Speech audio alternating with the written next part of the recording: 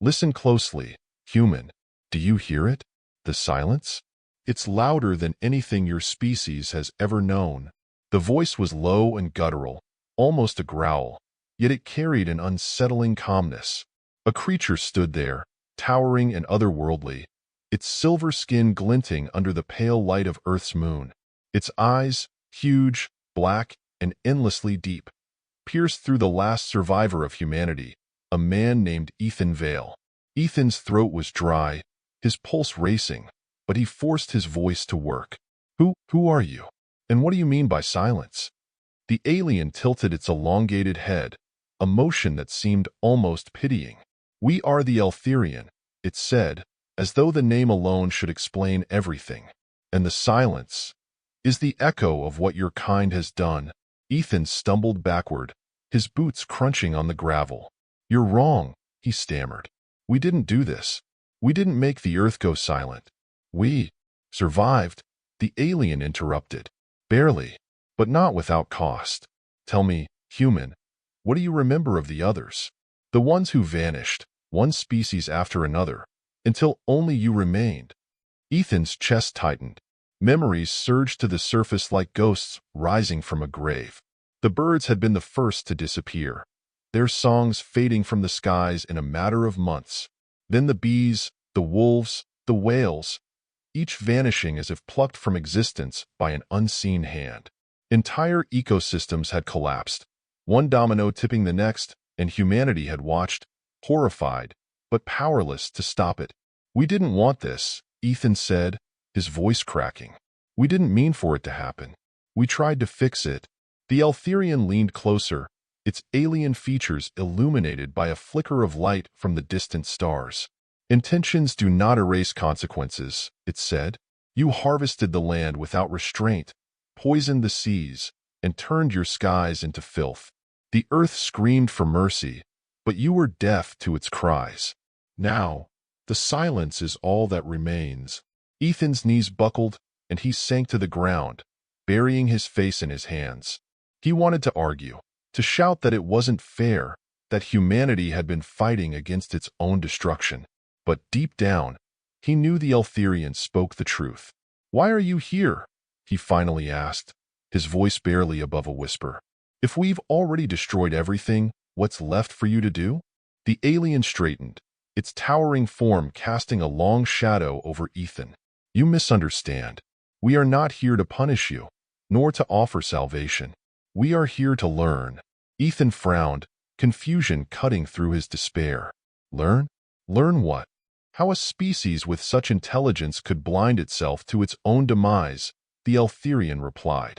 You are a paradox, human, capable of creating wonders and horrors alike, of reaching the stars and yet failing to protect the world beneath your feet. Tell us, how did it come to this? Ethan let out a hollow laugh, bitter and broken. You're asking me? One man? You think I have the answers to why my entire species screwed up? Perhaps not, the alien said, but you are the last. And in the silence, even the smallest voice can carry weight. Ethan looked up at the Eltherian, searching its alien face for a hint of emotion, of understanding. But its features remained inscrutable, a mask of otherworldly calm. Slowly, he nodded. All right, he said, his voice steadier now. If you want to know, I'll tell you. But you'd better be ready, because the story of humanity's fall isn't just about us. It's about everything we took with us. The Eltherian gestured for him to continue, and Ethan began to speak. He spoke of humanity's rise, of their insatiable hunger for progress, of the technological marvels that had brought them closer together while tearing the planet apart. He spoke of the wars fought over dwindling resources, the corporations that had plundered the earth in the name of profit, and the leaders who had turned a blind eye to the warnings of scientists and activists. He told them about the first great extinction wave, when the oceans had grown too acidic for life and the coral reefs had turned to ghostly skeletons. He described the second wave, when the insects had vanished and crops had failed, leaving billions to starve. And he recounted the final days, when the air had become thick with ash and the survivors had turned on one another in a desperate fight for survival. We didn't mean for it to happen, Ethan said again, his voice hoarse. We thought we had time. We thought we could fix it, but we were wrong. And by the time we realized it, it was too late. The Eltherian listened in silence, its black eyes unblinking. When Ethan finished, it spoke again. Your story is not unique, it said. We have seen it before, on other worlds, with other species. Always the same pattern. A civilization rises, consumes its resources, and falls. But you, humans, are different. You persisted longer than most. You came closer to escaping your fate. And yet, here you are. Ethan's brow furrowed. What do you mean, escaping our fate? The alien's gaze seemed to pierce through him, its voice dropping to a whisper. Your kind was on the brink of transcendence. You were learning to harness the energy of your star, to leave your world behind and join the greater cosmos. But you clung too tightly to the old ways, to the comforts of your dying planet. And in the end, it was your undoing. Ethan's heart sank. He had always wondered if humanity's downfall had been inevitable, or if there had been a chance to change course. Now, he had his answer, and it was a bitter pill to swallow. So what happens now?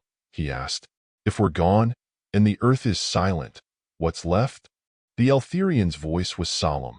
The silence will endure. But so, too, will the memory of your species. We will carry your story with us, to share with others. Perhaps, in doing so, we can prevent another world from meeting the same fate. Ethan nodded, a faint spark of hope flickering in his chest.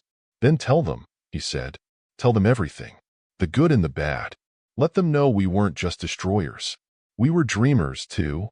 The Eltherian inclined its head, a gesture of respect. We will, human. Your voice will not be forgotten. And as the alien turned to leave, Ethan sat in the silence, gazing up at the stars. For the first time in what felt like an eternity, he felt a sense of peace. Humanity was gone, but its story would live on. And in the vast expanse of the cosmos, perhaps that was enough. But the story did not end there. It rarely does. The Eltherian returned to their vessel, a leviathan of sleek silver and shifting light, parked like an impossible monolith on the scarred earth. Within its walls, they began to transcribe the human tale into the luminal archives, a repository of knowledge spanning countless millennia and civilizations. Yet, as they documented humanity's rise and fall, a subtle tension gripped the Eltherian Council. They were beings of logic and foresight, unerring in their observations, yet the human tale unsettled them in ways they could not fully articulate. For among all the civilizations they had catalogued, none had mirrored their own path so closely. In the great chamber of the vessel, where luminescent panels pulsed with ancient wisdom, the council convened. The human tale is troubling, said Sereth, a figure whose silver form shimmered faintly in the dim light. They danced so close to the precipice of transcendence. It is not unlike our own history. But we succeeded, countered Zenther, their voice sharp and decisive. We ascended. We harnessed the power of our star and shed the bindings of a single world. Did we? Sereth replied, their tone soft but heavy with meaning. We abandoned our home, left it a husk in pursuit of greater knowledge. Are we so different from them? A ripple of unease passed through the council. They prided themselves on objectivity, yet the human story had struck a chord, a resonance they could not ignore. Meanwhile, back on Earth, Ethan Vale wandered through the ruins of his once vibrant world, his thoughts a storm of regret and reflection. Though he was the last, he found himself speaking aloud, as if the silence itself were a companion. Maybe we deserved it, he murmured. But maybe we could have done better if we just had more time. Unbeknownst to him, the Eltherian vessel had not departed entirely. It hovered in low orbit, its sensors tuned to the remnants of Earth. They observed him not as a specimen, but as a singular voice in the void, a living echo of a species that had reached for the stars and fallen short. Ethan's words reached the council, transmitted through their vessel's omnipresent sensors. Sereth listened closely, their gaze distant. Perhaps the human's tale is not yet finished, they said quietly.